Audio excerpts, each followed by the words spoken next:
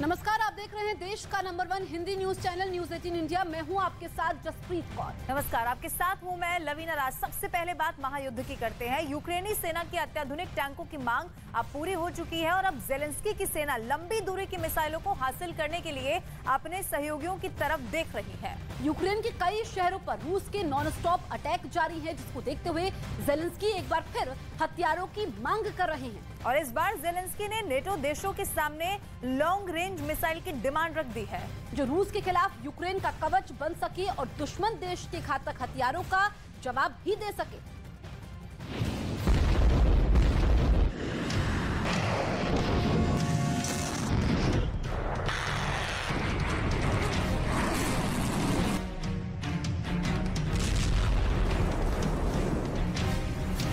Ukraine पर रूस की हमले की रफ्तार हर दिन दोगुनी हो रही है।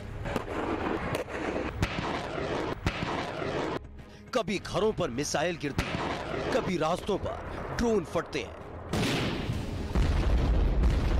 कभी टैंक के गोले बस्तियां उजाड़ते हैं, तो कभी रॉकेट से इमारतें ध्वस्त होती। एक साल बाद भी हालात जस के तस है। रूस के घातक हथियार यूक्रेन की जमीन को छलनी कर रहे हैं और यूक्रेन नेटो के हथियार के दम पर मैदान में टिका है। लेकिन अब जेलेंस्की को वो हथियार चाहिए जो पुतिन के किले तक पहुंचकर तबाही मचा सके। Співчуття усім рідним, близьким тих, чиє життя забрав російський терор.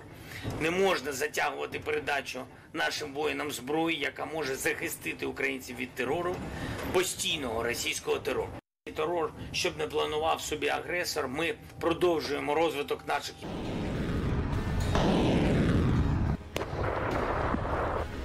मार्च के महाविध्वंस का इरादा पुतिन और उनकी सेना के युद्ध नीति का ही हिस्सा है।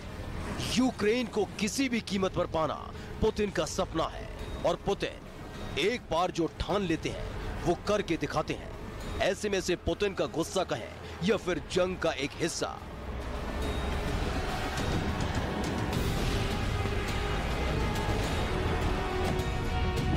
कि पिछला एक हफ्ता यूक्रेन पर मार्च का सबसे बारूदी और डर वाला साबित हुआ।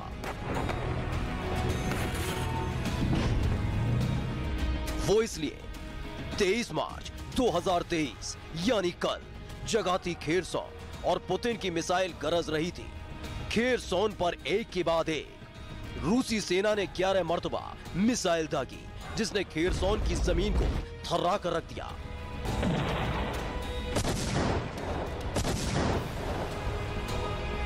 मार्च 2023 जगाती कीव, जहां रेजिचिव में 2 हॉस्टल और एक कॉलेज पर देर रात ड्रोन ने कहर बरसाया। जब तक कुछ समझ में आता, पुतिन की एक घातक मिसाइल ने भी वहां बारूद बिछा दिया। हमले में 8 नागरिकों की मौत का दावा किया जा रहा है।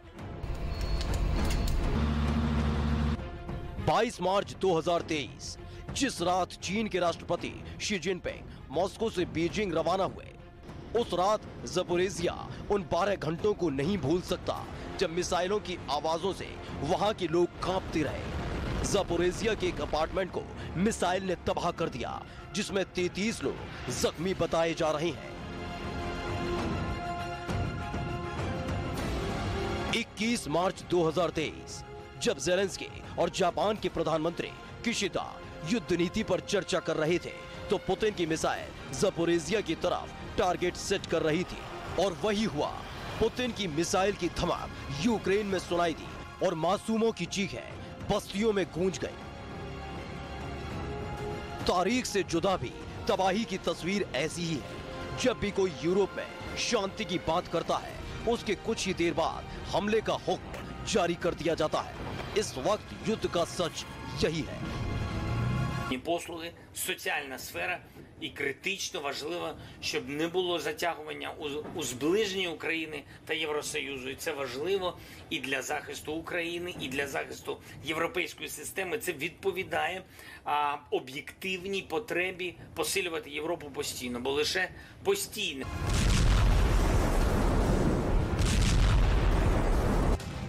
कुल मिलाकर रूस यूक्रेन युद्ध को खत्म करने की तमाम कोशिशें नाकाम साबित हो रही हैं। पुतिन यूक्रेन समेत नेटो के सामने कमजोर नहीं दिखना चाहते और ज़ेलेंस्की अपनी जमीन को खोना नहीं चाहते। यही वजह है कि खूनी जंग जारी है और लाशों की इमारत दोनों देशों में बनती जा रही है।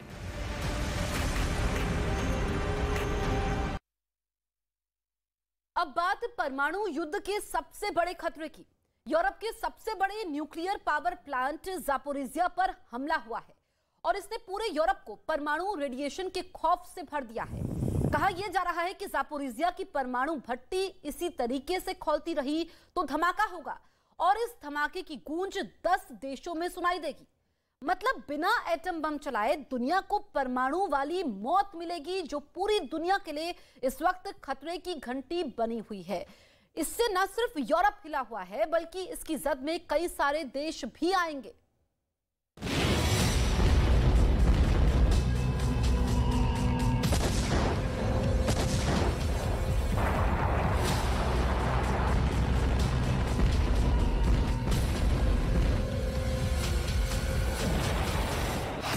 दुनिया का होगा परमाणु अंत। रूस के लैब में रेडिएशन फॉर्मूला रेडी। रूस के कमांडर्स का ज़ापोरिज़िया 0.2 प्लान। यूरोप के सबसे बड़े न्यूक्लियर पावर प्लांट में होगा विस्फोट। ज़ापोरिज़िया में दी गई मौत की सुपारी।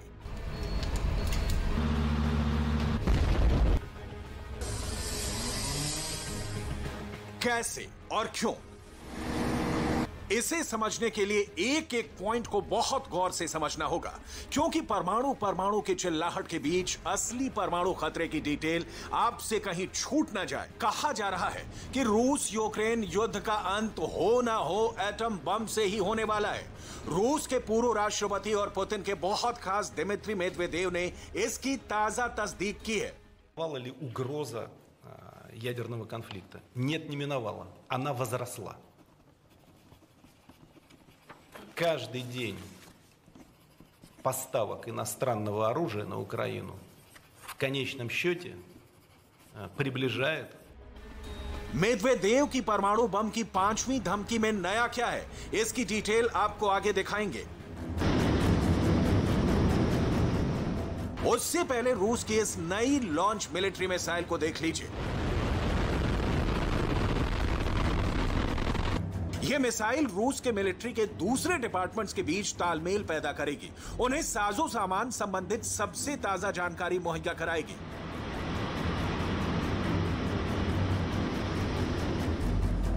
रूस इस वक्त उन इलाकों पर भी ताजा हमले कर रहा है जहां एक तरह से उसका कब्जा है। बिल्डिंग में लगी इस आग से हुए सर्वनाश को आंकिए। पावर प्लांट पर हमले छोड़िए, रूस यूक्रेन के आम नागरिकों तक को नहीं छोड़ रहा। अब उस ज्वालामुखी के समान सुप्तावस्था में सुलगते ज़ापोरिज़िया परमाणु पावर प्लांट में विस्फोट की आशंका का मूल समझ लीजिए, क्योंकि चीन के शांति प्रस्ताव की चीख पुकार के बीच ज़ापोरिज़िया धमाके के लिए उबल रहा है। रूस की मिसाइल स्ट्राइक ने न्यूक्लियर पावर प्लांट को इतना नुकसान पहुंचाया है कि अंतर्राष्ट्रीय एटॉमिक एनर्जी एजेंसी के प्रमुख राफेल ग्रॉसी कह रहे हैं कि ज़ापोरिज़िया से दुनिया के लिए किसी भी वक्त मौत की लहर चल सकती है, जिसे रोकना मुश्किल ही नहीं नामुमकिन होगा। This is work in progress. We have achieved certain things. We will not achieve anything until this war is over, of course. But in our particular case, till we can say, well, this incredible thing happened to all of us, and we could navigate it without a major radiological emergency, a major nuclear accident, which this time, and this is another big difference, this time will not be the result like Chernobyl of an opaque and aberrational system like the Soviet used to be. और इधर Zaporizhzhia के nuclear power plant से radiation का नया खतरा पैदा हो गया है। दावा यहां तक किया जा रहा है कि ज़ापोरिज़िया न्यूक्लियर पावर प्लांट में धमाका होता है तो रेडिएशन रूस तक पहुंचेगा। इसके अलावा पोलैंड भी इसकी जद में आएगा और बेलारूस भी इस परमाणु रेडिएशन से खुद को बचा नहीं पाएगा। जहां तक यूक्रेन की बात है, वहां तो सब कुछ तबाह हो जाएगा। ज़ापोरिज़िया यूक्रेन के उन इलाकों में शुमार है जिस पर रूस की सेना ने युद्ध के शुरुआती दौर में कब्जा कर लिया था। कई बार ज़ापोरिज़िया की सुरक्षा को लेकर सवाल भी उठे। इससे पहले 2 बार इंटरनेशनल एटॉमिक एनर्जी एजेंसी के प्रमुख राफेल ग्रोसी ज़ापोरिज़िया का दौरा कर चुके हैं। अब न्यूक्लियर पावर प्लांट से रेडिएशन का नया खतरा पैदा हो गया है। कैसे? बहुत ध्यान से सुनिए। 9 मार्च को रूस की नई मिसाइल ज़ापोरिज़िया पर गिरी। इस हमले ने प्लांट और पावर ग्रिड के बीच के कनेक्शन को तोड़ दिया। इसका नतीजा हुआ है कि अब प्लांट सिर्फ एक पावर लाइन पर चल रहा है, जो कि रिएक्टर्स को कूल यानी ठंडा रखने के लिए बहुत बहुत जरूरी है। रिएक्टर्स को कूल नहीं रखा गया तो ब्लास्ट होगा, जिससे रेडिएशन फैलेगा। इस रेडिएशन की कोई सरहद नहीं होगी। ज़ापोरिज़िया न्यूक्लियर पावर प्लांट में धमाका होता है तो रेडिएशन रूस तक पहुंचेगा। पोलैंड भी इसकी जद में आएगा। बेलारूस भी इस परमाणु रेडिएशन से खुद को नहीं बचा पाएगा और यूक्रेन में तो मौत गली गली नाच करेगी।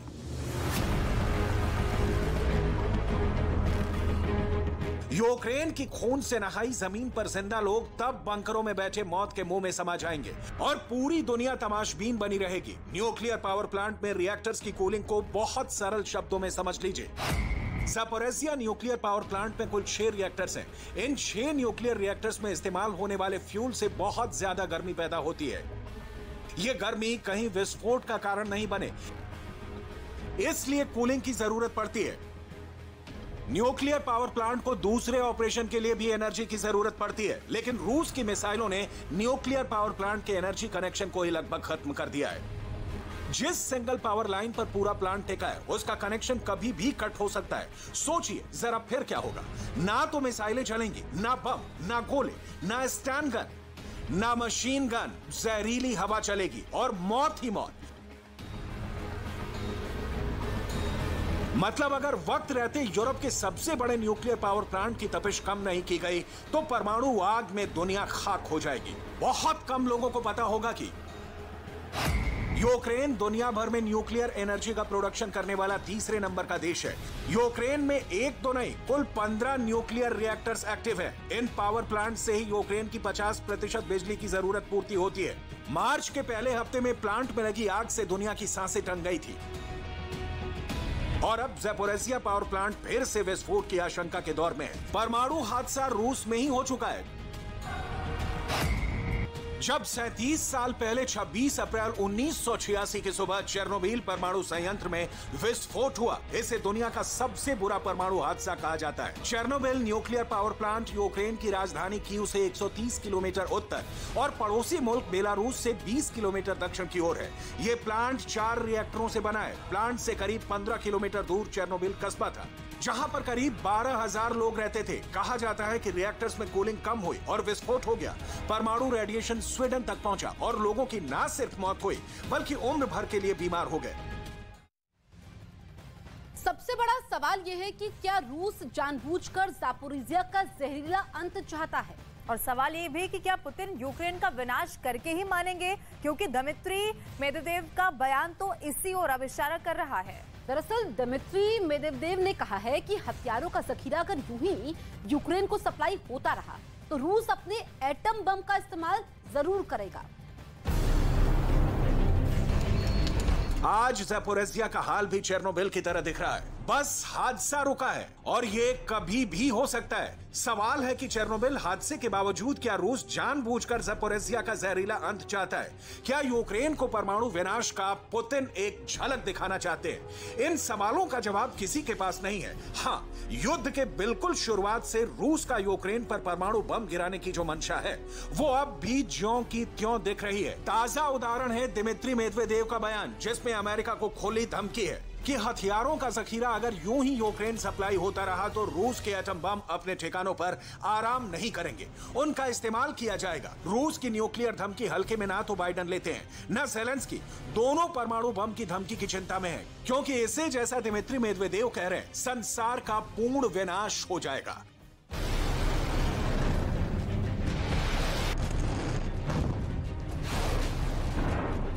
क्योंकि न्यूक्लियर ब्लास्ट होते ही 10 सेकंड से भी कम समय में वो इलाका और वहां की जमीन आग की तरह धधकने लगती है। चारों तरफ बहुत तेज सफेद चमक पैदा हो जाती है।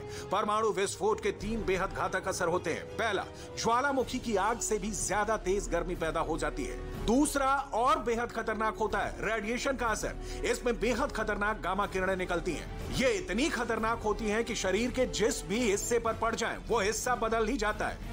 यहां तक कि डीएनए भी चेंज हो जाता है। इसके बाद ग्राउंड जीरो से होते हुए शॉक वेव चलती है, जो कई किलोमीटर के दायरे में हर चीज को तबाह करते हुए चलती है। ये जानते समझते हुए भी इंटरनेशनल स्तर पर परमाणु हथियारों पर नजर रखने वाली संस्था Stockholm International Peace Research Institute की माने तो दुनिया भर में 3500 से भी ज्यादा परमाणु हथियार हैं, जबकि दुनिया का अंत कुछ एक परमाणु बम से ही हो सकता है। और ज़ैपोरिज़िया न्यूक्लियर पावर प्लांट से विकिरण यानी रेडिएशन हुआ तो एटम बम चलाए बिना भी नाश निश्चित है।